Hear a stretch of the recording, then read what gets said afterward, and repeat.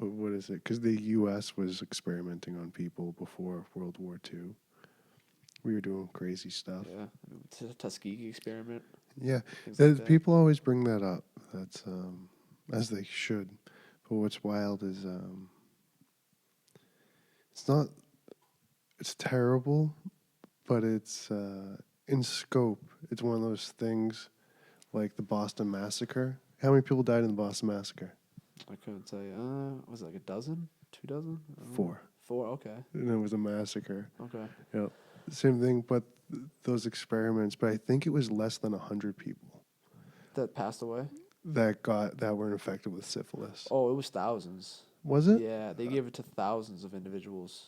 They probably was it. Yeah, I'm not sure how many died, but thousands were injected with the virus or got it transmitted through people who had it. Let's see.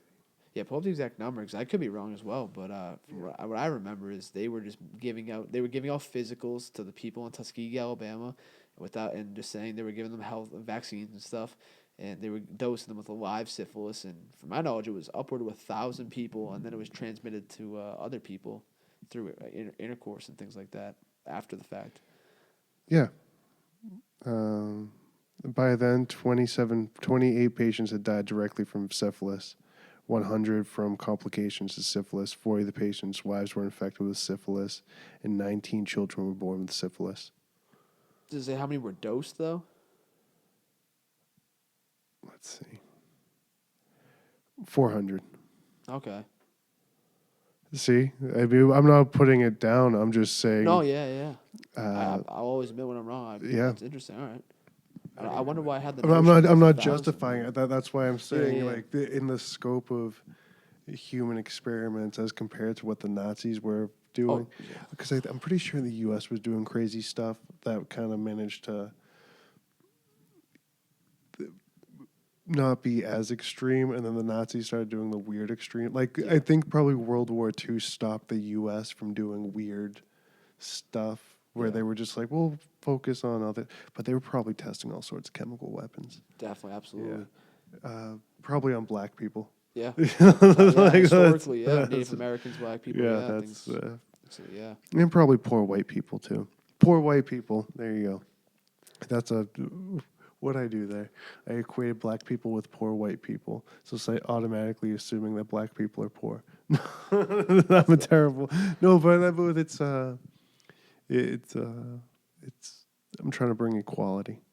There's white and black, poor. We're all average. That's it. It's just Compared to the elites, we're nothing. yeah. It's just an financial-wise. example of to show how hard it is to rise in the middle class in America. That's what I would say. The traveling. It's insane. If you look at Nazi Germany, for instance, I mean, aside from the drugs and the genocides, I mean, they were practicing extreme forms at the highest levels of occultism and things along those lines. You know, trying to find contact with off-world entities. I mean, this is a fact. Hitler particularly was fascinated by these types of things, trying to contact aliens, in interact with other dimensions. Like he was very out there with his like beliefs of what was possible. I don't know if that's true. He was, I'm telling you, Alex, he was insane with these ideas. Because you know what? I can tell you why. He was always on drugs.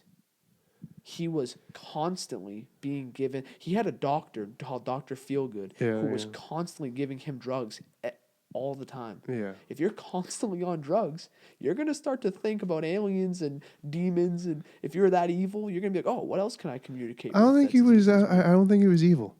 Okay, explain.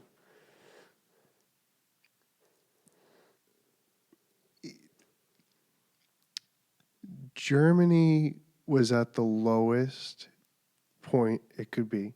Okay. People were starving. They were bombed. They lost a war. There was no money. And then there needed to be order. So a strong man came in and brought order.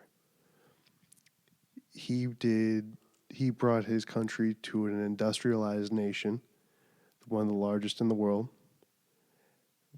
But what happened with that was they pushed back on the ideas of nationalism, and they connected it to medieval pride. and they connected it to Roman pride. They took on the idea that they were part of the Roman Empire, Okay. which is why they have all those Roman eagles and things and the banners that they have. So they connected that to the past to have a strong connection to the past. But there's nothing out of the ordinary in what they did, even so much as to say the anti Semitism, which existed throughout Europe in the year 1200 to 1300. And during the Renaissance, there was anti Semitism. So it wasn't the Nazi party, it was human beings being discriminatory against Jewish populations that migrated, other populations that migrated, the gypsy cultures throughout Europe. There was nothing that he did that was clinically insane, except, I mean, once they got into the magnitude of numbers, but let's say 6 million people, Jewish people, died. Poland had almost equal numbers of deaths. The Soviets had 20 million people die. The Yoga Mao was like 80, So, 60. yeah, there was terrible anti Semitism,